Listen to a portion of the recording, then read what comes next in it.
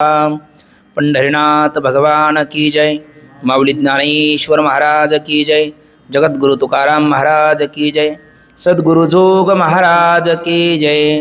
जयांचे केलिया स्मरण, होय सकळ विद्यांचे अधिकरण। तेची वंदो श्री चरण श्री गुरूंचे, ते नमस्कारोनी आता। तरंग चौथा, परिच्छेद 37 क्रमांकाचा, कूटस्थ व चिदाभास याचे भान कसे होते याविषयी शंका व समाधान। तुर्तच मागच्या परिच्छेदामध्ये आपण असा विचार केला का मी ब्रह्म असं ज्ञान होतं कोणाला, हा विषय चालू आहे। तर कुटस्थाला होतं म्हणता येणार नाही, कारण तो असंग निर्विकार आहे। बुद्धीला होतं असं म्हणता येणार नाही, कारण बुद्धी जड आहे। आणि शिष्याच्या मते चिदाभासाला होता असं म्हणता येणार आहे, कारण चिदाभास ब्रह्महून पृथक आहे। फार झालं तर चिदाभासाला माझं अधिष्ठान कुटस्थ चेतने ब्रह्मरूप असं ज्ञान होईल आणि ते यथार्थ ठरेल, पण मीच ब्रह्मरूप आहे असं त्याला ज्ञान होणार नाही। झालं तर ते ब्रह्मरूप असेल, यथार्थ ठरणार नाही। तर गुरुदेवाने सांगितलं की कुटस्थ ब्रह्मरूप हे तुला तर मान्यच आहे, फक्त राहिला विचार तो चिदाभास ब्रह्मरूप कसा, तर त्याकरता दोन अधिकरणं सांगितले, एक मुख्य समानाधिकरणे आणि बाद समानाधिकरणं। ज्याचं ज्याच्याशी नित्य ऐक्य असतं त्याचं त्याच्याशी मुख्य समानाधिकरण्य। कुटस्थाचं ब्रह्मचैतन्याशी नित्य ऐक्य आहे म्हणून कुटस्थाचं ब्रह्माशी मुख्य समानाधिकरण्य, आणि ज्याचं ज्याच्याशी बाध करून ऐक्य असतं त्याच्या त्याच्याशी बाद समानाधिकरण्य। मग चिदाभासाचं बुद्धीच्या धर्माचा बाध करून ब्रह्माशी ऐक्य असल्यामुळे चिदाभासाचं ब्रह्माशी बाद समानाधिकरण्य। आणि चिदाभासाचंच काय घेऊन बसला, सकल विश्वाचा सुद्धा बाध करून, नामरूपात्मक जगताचा बाध करून अधिष्ठान ब्रह्माशी त्याचं आपल्याला ऐक्य सांगता येतं। आणि याच अर्थाने श्रुती माता म्हणते सर्वं खलु इदं ब्रह्म। मग हा विचार झाल्याच्या नंतर या चौथ्या तरंगामधील 37 क्रमांकाच्या परिच्छेदामध्ये कुटस्थ व चिदाभास यांचे भान कसे होते याविषयी आता शिष्य शंका करतो आणि श्री गुरुदेव त्याचं उत्तर देतात। शंका करताना आपण एक आशय बघा आणि मग पंक्ती आपण वाचू। तो शिष्य म्हणून काय आहे, बाबा एक वाक्य सांगत असतात, वादी भद्रम न पश्यती। म्हणजे जो वादविवाद करतात, शब्द छल करण्याकरताच बसलेला व्यक्ती असतो, त्याला चांगलं काय हे पाहायचं नसतं। जसं की कावळ्याला गोमाता सुंदर कधी वाटते, त्याला जखम करायला, म्हणजे त्याला घाव करण्याकरता त्याला एखादी जखम असेल, क्षत असेल तर, नाहीतर त्याला ती सुंदर वाटत नाही। तसा छिद्रान्वेषिणी वृत्तीची जी व्यक्ती असते त्याला आपलं हित कशात हे कळत नाही, समोरच्याला फक्त त्याला आडवं कसं बोलायचं अशा पद्धतीचं कधी कधी एखाद्या वेळेला विचार, म्हणजे एक प्रकारचा शब्दछल करायला, तर तशा पद्धतीचं वादी भद्रम न पश्यती। आता कुटस्थाचं कोणतं ऐक्य सांगितलं, मुख्य समानाधिकरणाने, आणि चिदाभासाचं बाद समानाधिकरणाने ऐक्य व्हायला काही हरकत नाही असं गुरुदेव बोललेत। पण असं बोलल्याच्या नंतर तो म्हणतो, तुम्ही कोणता एक शब्द सांगितला दोघांचं ज्ञान करून देतो व्यवहारात, मी हून जो कोणाचं ज्ञान करून देतो, पती पत्नीचं ज्ञान करून देतो, तसं अहम या वृत्तीमध्ये कोणाच्या दोघांचं ज्ञान होतं, कुटस्थ आणि चिदाभास, बरोबर ना। मी या वृत्तीमध्ये कुटस्थ आणि चिदाभास या दोघांचं ज्ञान होतं। मग आता त्याबद्दल तो प्रश्न करतो। आता बघा, ही अहम वृत्ती आहे आणि अहम वृत्तीमध्ये या दोघांचं ज्ञान होतं, कोणाचं, कुटस्थ आणि चिदाभासाचं। अहम मी ही वृत्ती आहे आणि त्याच्यामध्ये कोणाचं ज्ञान होतं, कुटस्थ आणि चिदाभासाचं। आता त्यात प्रश्न त्यांनी केलेत, याच्यात त्यांनी दोन मुख्य प्रश्न केले, त्यात पोट दोन प्रश्न केलेत, म्हणजे पोट प्रश्न 2 आणि मुख्य 2 असे 2 आणि 2 किती प्रश्न झाले त्याची 4। इकडे बघा आता थोडं, तर मी ही वृत्ती आहे आणि त्याच्यामध्ये कुटस्थ आणि चिदाभासाचं ज्ञान होतं असं तुम्ही म्हणता। तर मग मी या वृत्तीमध्ये कुटस्थ आणि चिदाभासाचं जे ज्ञान होतं ते युगपत होतं का क्रमाने होतं, असे पहिले 2 प्रश्न आहे। काय काय, मी या वृत्तीमध्ये कुटस्थ आणि चिदाभासाचं ज्ञान होतं तर ते युगपत होतं का क्रमाने होतं। आता तुम्ही जर क्रमाने म्हणाल तर त्याच्यात पुन्हा प्रश्न आहे, क्रमाने होत असेल तर अगोदर कोणाचं होतं, म्हणजे अगोदर चिदाभासाचं होतं तर का अगोदर कुटस्थाचं होतं, जर क्रमाने म्हटले तर। आणि युगपत होतं तर मग ते 2 दीपाप्रमाणे होतं की काय, असा पुन्हा प्रश्न आहे। ठीक ना, किती प्रश्न झालेत मग हे 4।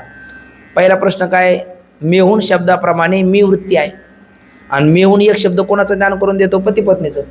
तसं अहम ही वृत्ती कोणाचं ज्ञान करून देते, कुटस्थ आणि चिदाभासाचं। पण कुटस्थ आणि चिदाभासाचं मी या वृत्तीत ज्ञान होतं तर ते कसं होतं, क्रमाने होतं का युगपत होतं। क्रमाने होत असेल तर अगोदर कोणाचं होतं, आणि युगपत होत असेल तर 2 दीपाप्रमाणे होतं की काय, असा काय आहे प्रश्न। ठीक ना, एवढा प्रश्न पहिले वाचून घेऊ, गुरुदेव उत्तर देतात ते पुन्हा वाचू, चालेल ना। बघा, कुटस्थ व चिदाभास यांचे भान कसे होते याविषयी शंका समाधान. शिष्य म्हणतो, महाराज, मुख्य व बाद समानाधिकरणाने अहम म्हणजे मी या शब्दाने प्रतीत होणारे कुटस्थ व आभास हे दोघेही काय आहेत? ब्रह्मरूप आहे. त्यात कुटस्थ कसा ब्रह्मरूप आहे? मुख्य समानाधिकरणाने. आणि आभास कसा ब्रह्मरूप ठरला? बाद समानाधिकरणाने. हे दोघंही ब्रह्मरूप आहेत हे माझ्या चांगले लक्षात आले. पण आता थोडेसे विचारावे असे वाटते. काय विचारावे वाटते? म्हणले ते असे की अहम म्हणजे मी, अहम म्हणजे मी या अंतकर्म वृत्तीत कोणाचे ज्ञान होते? कुटस्थ आणि आभास. कशाप्रमाणे? युगपत नाही युगपत नाही म्हणायचं, ते प्रश्न आहे ना त्यात. कसे ज्ञान होते? कशाप्रमाणे? मेहून या शब्दाप्रमाणे. जसं मेहून हा शब्द एक आहे आणि ज्ञान कोणाचं करून देतो? दाम्पत्याचं, पती पत्नीचं. तसं मी ही वृत्ती एक आहे पण त्याच्यात ज्ञान दोघंच होतं, कुटस्थानाचं आणि आभासाचं. मग त्याच्यात पोट प्रश्न काय पाहिला? त्यांचं क्रमाने होतं का युगपत होतं? क्रमाने होत असेल तर अगोदर कोणाचं, आणि युगपत होत असेल तर दोन दीपाप्रमाणे होतं की काय? दोन दीपाप्रमाणे असं का? कारण चिदाभास काय नाही, चिदाभास काय नाही, जड नाही. बरं ठरले ना आपलं, चिदाभास काय नाही, जड नाही. आणि कुटस्थ कसं आहे? चेतन आहे. मग चिदाभास जड नाही, कुटस्थ चेतन आहे, म्हणजे थोडक्यात दोन्ही काय झाले? चेतन. म्हणजे दोन दीपाप्रमाणे. म्हणून त्यांचं युगपत होत असेल तर दोन दीपाप्रमाणे होतं का काय? आणि क्रमाने होत असेल तर अगोदर कोणाचं होतं? कोणत्या वृत्तीमध्ये? मी या वृत्तीमध्ये. कोण दोघं? कुटस्थ आणि चिदाभास. ठीक ना? बघा तेच बोलतात. आता थोडेसे विचारावे असे वाटते ते असे की अहम या अंतकर्म वृत्तीत कुटस्थ आणि आभास यांचे युगपत म्हणजे एका क्षणी ज्ञान होते किंवा क्रमाने होतं? आलं ना? तसे असेल, तसे म्हणजे कसे? क्रमाने होत असेल तर. ते तसे शब्दाचा अर्थ काय करायचा? क्रमाने. तसे म्हणजे क्रमाने होत असेल तर प्रथम कोणाचे होते? आहे ना? म्हणजे त्या क्रमाने होत असेल तर प्रथम कोणाचे होते? हा पहिला प्रश्न. विचारण्याचा हेतू म्हणजे कारण असं आहे की मी विनाकारण विचारत नाही तुम्हाला, त्याच्या पाठीमागे कारण आहे. काय कारण? जसे दोन दीपाचे आणि युगपत होत असेल तर ते दोन दीपाप्रमाणे. कारण का? चिदाभास काय नाही, जड नाही म्हणून. मग तो बघा, जसे दोन दीपाचे ज्ञान कसे होते आपल्याला? एकदम होते. पण एकदम होत असताना पण दोन्ही दीप कसे आहेत? स्वतः प्रकाशमान असल्यामुळे एकाचा दुसऱ्यावर अवलंबून नसतो. आणि म्हणून कुटस्थ आणि आभास हे दोन्ही सुद्धा कसे आहेत? प्रकाशमान आहे. कुटस्थ प्रकाशमान हे तर आपल्याला मान्यच आहे. आणि चिद भिन्नत्व सती चिदवद भास येते ती चिदाभासा म्हणून. चिदाभास सुद्धा कसा आहे? जड नाही म्हणजे प्रकाशमान आहे. दोघंही प्रकाशमान आहे. म्हणून दोघांचं स्वतःच्या प्रकाशाने ज्ञान होतं का प्रकाशक होऊन ज्ञान होतं, असा त्याच्या पाठीमागचा प्रश्न आहे.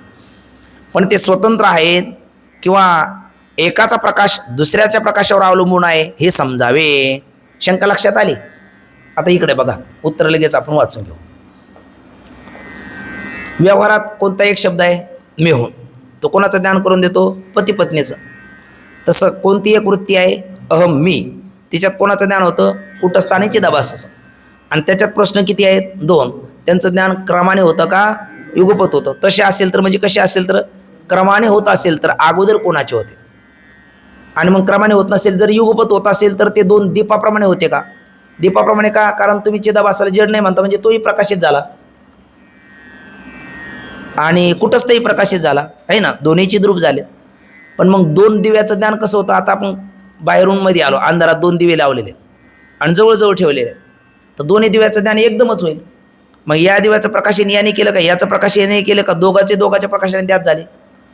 दोघंही दोघांच्या प्रकाशाने ज्ञात झाले. त्याला काही एकमेकाच्या प्रकाशाची आवश्यकता नाही. तसं चिदाभासाचं दोन दीपाप्रमाणे होतं की काय, असा काय केला यांनी प्रश्न. तर या चार प्रश्नापैकी आता उत्तर लगेच ऐकून घेऊ, मग आपण पंक्ती वाचून घेऊ. गुरुदेव म्हणतात, अहम या वृत्तीमध्ये कुटस्थ आणि चिदाभास दोघांचंही ज्ञान होतं, पण ते क्रमाने होत नाही. कसं होत नाही? क्रमाने होत नाही. मग दोन प्रश्न संपले. ते क्रमाने होत नाही म्हणजे अगोदर कोणाचं होतं हा प्रश्नच राहिला नाही. क्रमाने होत नाही म्हणजे अगोदर कोणाचं होतं हा प्रश्न राहिला नाही. आता प्रश्न फक्त एक राहिला, ते दोन दीपाप्रमाणे होतं की काय? बरोबर आहे ना? तर गुरुदेव काय म्हणतात, ते दोन दीपाप्रमाणे होत नाही, समीप देशवरती असणाऱ्या दीप घटाप्रमाणे होतं. कशाप्रमाणे होत नाही बोला? दोन दीपाप्रमाणे होत नाही, समीप देशवरती जवळजवळ असणाऱ्या दीप घटाप्रमाणे होतं. आणि काही एखादं हा आहे इथेच आहे ना, एक टेबल आहे बरं का, आणि टेबलावर कोण ठेवलेले आहेत? दोन दिवे ठेवलेले आहेत. आपण बाहेरनं आलात, अंधारात पाहिले तर दोन्ही दिवे एकदम प्रकाशित झाले. मग दोघांचा याने प्रकाशित केलं नाही, याने याला प्रकाशित केलं नाही, कारण दोघांकडे स्वतःचा प्रकाश आहे, परप्रकाशाची त्यांना आवश्यकता नाही. तसं या दोघाचं ज्ञान क्रमाने होत नाही. ही वृत्ती आहे अहम ही वृत्ती, आणि त्या अहम वृत्तीमध्ये या दोघाचं भान होतं. कोणाचं? चिदाभास आणि कुटस्थाचं. आणि ते कसं होत नाही? क्रमाने होत नाही. क्रमाने होत नाही म्हणजे अगोदर कोणाचं होतं हा प्रश्नच राहिला नाही. कसं होतं? ते युगपत होतं. क्रमाने होत नाही याचाच अर्थ कसं होतं? युगपत होतं. पण युगपत जरी होतं तर ते दोन दीपाप्रमाणे होत नाही. कशाप्रमाणे होत नाही? दोन दीपाप्रमाणे होत नाही. म्हणजे दोघंही स्वतःच्याच प्रकाशाने ज्ञात होतात असा त्याचा अर्थ नाही. तर कशाप्रमाणे होतं? दीप घटाप्रमाणे होतं. जरी चिदाभास काय नाही, जड नाही, कोणासारखा घटासारखा जड नाही, पण घटासारखा जड नाही हे जरी खरं आहे तर तो कुटस्थासारखा स्वतः स्वयंप्रकाश नाही. काय काय चिदाभास आता या मधीत मोडतो, म्हणजे त्याला घटासारखा जड म्हणता येत नाही आणि कुटस्थासारखा स्वयंप्रकाश म्हणता येत नाही. काय काय चिदाभास कसा नाही बोला एकदा?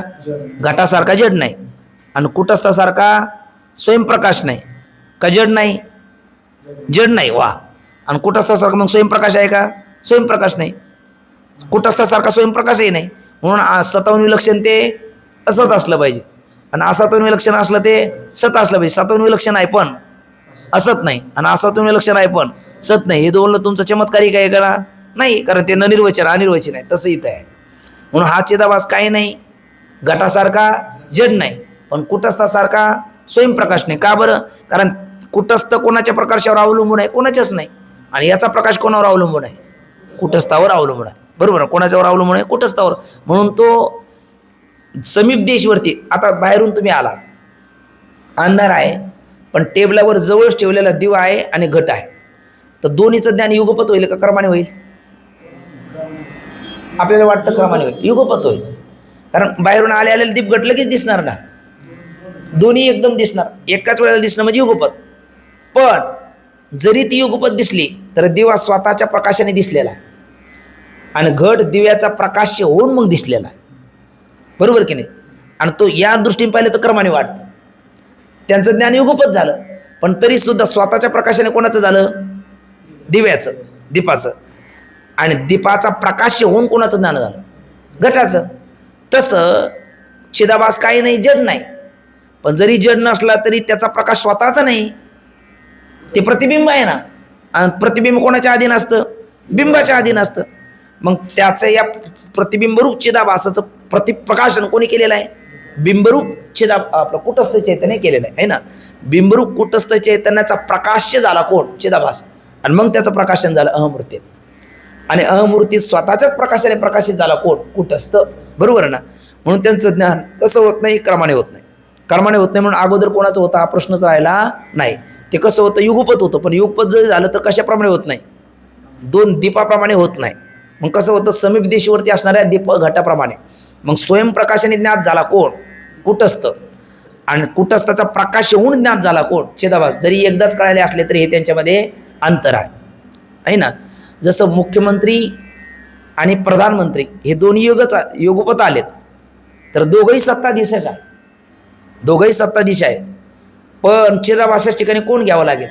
मुख्यमंत्री. आणि कुटस्थाच्या ठिकाणी घ्यावं लागेल प्रधानमंत्री. प्रधानमंत्र्याची सत्ता आता स्वतःची आहे आणि मुख्यमंत्री सत्ता त्याच्या सत्तेने सत्तान्वित आहे. तसंच चिदाभास या ठिकाणी कोणाच्या ठिकाणी आहे? मुख्यमंत्र्याच्या ठिकाणी. आणि कुटस्थ हा प्रधानमंत्र्याच्या ठिकाणी. आणि त्या दोन्हीचा अधिष्ठान भारत देश आहे ना. आणि त्याचं प्रकाशन करणारे समाज, लोकशाही. अशा पद्धतीने इथे आपल्याला पाहावं लागेल. मग आता अहम या वृत्तीमध्ये कोणाचं ज्ञान होतं बोला? झालं तर कुटस्थाचं होतं का दोघांचंही होतं? कुटस्थ आणि चिदाभास दोघांचंही होतं. पण ते कसं होत नाही? क्रमाने होत नाही. क्रमाने होत नाही म्हणून कसं होण्याचा प्रश्नच राहिला नाही. अगोदर कोणाचं होतं हा प्रश्नच राहिला नाही. कसं होतं? ते युगपत होतं. पण युगपत जरी झालं तर ते कसं होत नाही? दोन दीपाप्रमाणे होत नाही. तर कसं होतं? समीप देशवरती असणाऱ्या दीपगटाप्रमाणे होतं. एवढंच याचं उत्तर आहे. उत्तर वाचून घेऊ. श्री गुरु. ठीक ना. हे शिष्य, अहमवृत्तीत कुटस्थ आणि आभास या दोघांचे ज्ञान एकदम होते. आलं म्हणजे क्रमाने हा प्रश्न संपला ना. अगोदर कोणाच्या आई संपला. पण ते दोन दिव्याप्रमाणे नसून, दिव्याप्रमाणे होत नसून जवळ असलेल्या, दूर असले तर या खोलीत एक घट, या खोलीत दिवा आणि त्या खोलीत घट, मग नाही कळणार ना. म्हणून ते जवळ घेतले कारण दिव्याचे आहे ना. मग ते युगपत होणार. पण एक स्वतःच्या प्रकाशाने ज्ञात होणार तो दिवा आणि दिवाचा प्रकाश होऊन ज्ञात होणार तो घट. बघा. आणि मग तसं या ठिकाणी स्वतःच्या प्रकाशाने ज्ञान होणारा कुटस्थ आणि कुटस्थाचा प्रकाश होऊन ज्ञान होणारा तो आभास. बघा, जवळ असलेल्या दीप घटाप्रमाणे होते, परंतु त्या ज्ञानात दीपाचे स्वप्रकाशाने आणि घटाचे दीपाचा विषय होऊन ज्ञान होते. त्याप्रमाणे म्हणजे दृष्टांत झाला सिद्धांत. कुटस्थाचा विषय आभास होऊन त्याचे ज्ञान होते. विषय म्हणजे प्रकाश्य, म्हणजे प्रकाश्य कोण? कुटस्थ चैतन्य. प्रकाश्य कोण? आभास. जसं दृष्टांतात प्रकाश्य कोण? तो दीप. आणि प्रकाश्य कोण? तो घट. आणि त्या दोघांचं प्रकाशन करणारा आपण. तसं स्वतःच्या प्रकाशाने ज्ञात होणारा कोण? कुटस्थ चैतन्य. आणि त्याचा प्रकाश होऊन ज्ञात होणारा चिदाभासरूपी घट. आणि त्या दोघांचं प्रकाशन करणारी अहमवृत्ती. ठीक ना? त्याच्यात ज्या दोघांचं ज्ञान होतं. म्हणून कसं म्हणतात बघा, हे शिष्य, अहमवृत्तीत कुटस्थ आणि आभास यांचे ज्ञान एकदम होते, पण ते दोन दिव्याप्रमाणे नसून जवळ असलेल्या दीप घटाप्रमाणे होते. परंतु त्या ज्ञानात दीपाचे स्वप्रकाशाने आणि घटाचे दीपाचा विषय होऊन ज्ञान होते. त्याप्रमाणे कुटस्थाचा विषय कोण? आभास होऊन त्याचे ज्ञान होते. आणि आभास जरी प्रकाशमान असला तरी कुटस्थाचे काय आहे? तो प्रतिबिंब आहे. आभास प्रकाश आहे म्हणजे जड नाही, पण काय नाही? स्वतंत्र प्रकाशमान नाही, त्याचा प्रकाश अवलंबून आहे. जसं मुख्यमंत्र्याची सत्ता प्रधानमंत्र्याच्या सत्तेवर अवलंबून आहे, तसं कुटस्थाची प्रकाशरूपता, चिदाभासाची प्रकाशरूपता कुटस्थाच्या प्रकाशावर अवलंबून आहे. कुटस्थाचे प्रकाशावर त्याचा म्हणजे चिदाभासाचा प्रकाश अवलंबून आहे. आणि म्हणून तो कुटस्थाचा काय झाला? विषय. आणि कुटस्थ चैतन्य काय झालं? विषयी. जसं घट झाला विषय आणि दीप झाला विषयी. ठीक ना? याप्रमाणे कुटस्थाचा तो विषय आहे. जगात चंद्र सूर्यदिकांना स्वतः प्रकाशमान असे समजतात. आता चंद्र सूर्य यांना आपण काय म्हणतो व्यवहारात? वर पाहता हे स्वयंप्रकाश आहे. पण खरं विचार केला शास्त्रीय दृष्टीने, अज्ञात ज्ञापकत्वम शास्त्रस्य शास्त्रत्वम तस्मात शास्त्रम प्रमाणन्ते. मग या रूपाने पाहिलं तर हे तरी स्वयंप्रकाश आहे का? होलसेल दरातले व्यापारी आहे ना? आपण ते रेटोल आणि किरकोळ काय म्हणतात ना, तर तशा पद्धतीने हे काय करतात? आत्म्याच्या प्रकाशाने प्रकाशित होऊन सगळ्या जगाचं प्रकाशन करतात. पण त्यांचाही प्रकाश कोणाच्या प्रकाशावर अवलंबून आहे? याची महातेजे तेज होता शहाणावं आणि येणीची पडवून वेद केला शहाणावं. किंवा तोच गीतेत सांगतो, यदा आदित्य गतम तेजो जगत भासेते खिलम यत् चंद्रमशी यच्चाग्नो तत् तेजो विद्यमामकम. हे पार्थ, यद आदित्य गतम तेज, यद चंद्र गतम तेज, यद अग्निगतम तेज तत् तेज मामकम विद्धी. त्या सर्वांच्या ठिकाणचं तेज कोणाचं आहे? माझं आहे, म्हणजे परमात्मा आहे, स्वयंप्रकाश. आणि चिदाभासादिकासारखे सूर्याधिक आहे, म्हणजे ते कोणाचे प्रकाश होऊन ज्ञात प्रकाशन करतात? आत्म्याचे प्रकाश होऊन अग्नि सूर्य चंद्र जगाचं प्रकाशन करतात. तसं चिदाभास काय करतो? कुटस्थाचा प्रकाश होऊन त्याचं नंतर प्रकाशन इतर पदार्थाचं विषयाचं दिकाचं प्रकाशन करतो. म्हणून कुटस्थ कसा झाला? प्रकाश्य आहे. आपलं क्षमा करा, कुटस्थ प्रकाशक आहे आणि चिदाभासा प्रकाश्य आहे. ठीक ना? मग कोणाचा विषय होऊन कोण ज्ञात होतो? अहमूर्तीत. कुटस्थाचा विषय होऊन चिदाभास आपल्याला अहमूर्तीमध्ये ज्ञात होतो. पण ते आत्मप्रकाशानेच प्रकाशित असतात. कोण? चंद्र सूर्याधिक. आत्मप्रकाशाचे साह्य घेतल्याशिवाय कोणताही पदार्थ प्रकाशमान नसतो. आता व्यवहारात आपण म्हणतो सूर्याने अंधकाराचं प्रकाशन केलं. तसं नाही, सूर्याने अंधकाराचा नाश केला. सूर्य अंधकाराचं प्रकाशन करत नाही, अंधकाराचा नाश. अंधकाराचं प्रकाशन करणं म्हणजे हा अंधार आहे असं दाखवणं. प्रकाशन करणं म्हणजे आता मी घटाचं प्रकाशन केलं म्हणजे हा घट आहे, पटाचं प्रकाशन केलं हा पट आहे, गृहाचं प्रकाशन केलं, भिंतीचं प्रकाशन केलं ही भिंत आहे, असं ज्ञान करून दिलं हे प्रकाशन आहे. पण सूर्य असा हा अंधार आहे असं दाखवतो का? नाही. अंधकाराचं काय करतो? नाश करतो. म्हणून सूर्य हा अंधकाराचा नाशक आहे, प्रकाशक नाही. मग अंधकाराचा प्रकाशक कोण आहे? आत्मा आहे. आत्मा कोणाचा प्रकाशक आहे? अंधकाराचाही आहे आणि अंधकाराचा नाश करणारा जो सूर्य आहे त्याचाही आहे. मग सूर्याला सुद्धा प्रकाश देणारा कोण आहे? आत्माच आहे. आणि सूर्याच्या चंद्राच्या गैरहाजरीमध्ये अयम तमाहा हा गडद अंधकार आहे असं सांगवणारा कोण आहे? आत्माच आहे. सुखम अहम स्वप्सम नवै किंचित आविदिशे. मागे आपण बोललो, भवान हे गोविंदराव एतावंतम कालम भवान किम अकरोत. तो म्हणतो अहम एतावंतम कालम किम अपि न अकरोत. सुखम अहम स्वापसम नवै किंचित आविदिशे. मी सुखाने झोपलो, मला काही कळालं नाही. हे कळालं की नाही? मग हे कळणं न कळण्याचं कळणं कोणी केलं? आत्म्याने केलं. मग आत्मा कोणाचं प्रकाशन करतो? आत्मा म्हणजे ज्ञानाचंही प्रकाशन करतो. ज्ञानाच्या अभावात असणारं जे अज्ञान आहे त्याचंही प्रकाशन करतो. म्हणून आत्मा ज्ञान का अज्ञान का? ज्ञान अज्ञानातीत स्वरूपभूत ज्ञान. ज्ञान अज्ञानातीत स्वरूपभूत ज्ञान म्हणजे कोण आहे? आत्मा. म्हणून म्हणतात सूर्याकडून अंधकाराचा नाश होतो. सूर्य अंधकाराला प्रकाशित करत नाही. आत्मप्रकाश म्हणजे आत्मज्ञान तर सूर्याला सुद्धा काय करते? प्रकाशित करते आणि अंधकाराला सुद्धा त्यालाही प्रकाशित करते. निबिड अंधकारात कोणी असला तर या ठिकाणी गडद अंधकार आहे असे तू म्हणतो. आता आत्म्याने अंधकाराला प्रकाशन केलं असं कसं म्हणता? असं एखादा म्हणेल ना. आपण कोण? तत्व आता आत्मा. आपण कोण आहोत? आत्मा आहोत.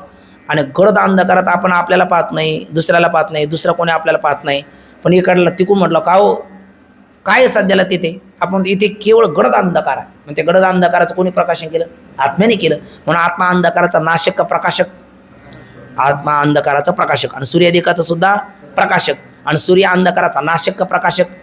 सूर्य अंधकाराचा नाशक आहे आणि आत्मा अंधकारासहित सूर्याचा प्रकाशक आहे. आणि आत्मा कसा आहे? पुन्हा आत्म्याचा प्रकाशक कोण? मग आत्माच आहे. म्हणून आत्मा कसा आहे? स्वयंप्रकाश आहे. एम आत्मा परा आपल्या अवेद्यत्वे सती अपरोक्ष रूपत्वम स्वयंप्रकाशत्वम. जो अवेद्य असून अपरोक्ष रूप आहे असा स्वयंप्रकाश कोण आहे? आत्मा आहे. म्हणून म्हणतात निबिड अंधकारात कोणी असला तर या ठिकाणी गडद अंधकार आहे असं तो म्हणतो. आणि याचेच नाव अंधाराचे प्रकाशन असं म्हटल्याच्या नंतर एका ओळीची शंका आहे आणि एकाच ओळीचं उत्तर आहे. शिष्य म्हणतो महाराज आभासास मी ब्रह्म आहे असे ज्ञान होते खरे. आता यातून बाद समानाधिकरणे कळालं, मुख्य समानाधिकरणे कळालं. बरं ते युगपत ज्ञान होतं पण ते दीप घटाप्रमाणे होतं. हे सगळं माझ्या लक्षात आलं ना. आभासाला मी ब्रह्म असं ज्ञान व्हायला काही हरकत नाही कोणत्या अधिकरणाने? बाद समानाधिकरणाने काही हरकत नाही हे माझ्या लक्षात आलं. पण आता मला ब्रह्मज्ञान व्हावे अशी इच्छा आहे. ते ज्ञान कसे होईल त्याची रीती सांगा. म्हणजे ते चिदाभासाला होऊन काय मला झालं पाहिजे ना. म्हणजे स्वतःला आता हा काय समजतो याच्यावर अवलंबून आहे. आता मला ब्रह्मज्ञान झालं पाहिजे. दुसऱ्याला किती तो जेवला आहे ना आणि त्याने किती ढेकर दिला तर आपल्याला येईल का? का आपल्याला जेवावं लागेल? तसं आता मला ब्रह्मज्ञान व्हावं अशी इच्छा आहे त्याची रीती सांगा. श्रीगुरु म्हणतात तुला ब्रह्मज्ञान होण्याची रीती सांगण्यापूर्वी बाह्य घटाधिकाचे ज्ञान कसे होते त्याची रीती सांगतो. आणि मग ते बाह्य घटाधिकाच्या ज्ञानाची रीती गुरुदेव उद्या सांगतील आणि मग ब्रह्मज्ञानाची रीती सांगतील. आणि उद्याचा परिच्छेद थोडा जरी किचकट वाचला तरी वाचून आपण थोडासा आला तर तो खूप सुलभ आहे. कारण हा परिच्छेद आपण पूर्वी पाहून आलेला आहे. बाह्य पदार्थ ज्ञानाची रीती ते विजय भटकरांचं वगैरे प्रकरण आपण त्यावेळेला बघितलं होतं. तर तोच पूर्ण प्रसंग आहे. फक्त 2-3 बारकावे त्यातले दिलेले आहे. तर उद्याच्याला हा पुढचा प्रसंग आपण उद्याच्याला बघूया. पुंडलिक वरदारी विठ्ठल श्री ज्ञानदेव तुकाराम पंढरीनाथ भगवान की जय. माऊली ज्ञानेश्वर महाराज की जय. जगद्गुरु तुकाराम महाराज की, सद्गुरु जोग महाराज की जय.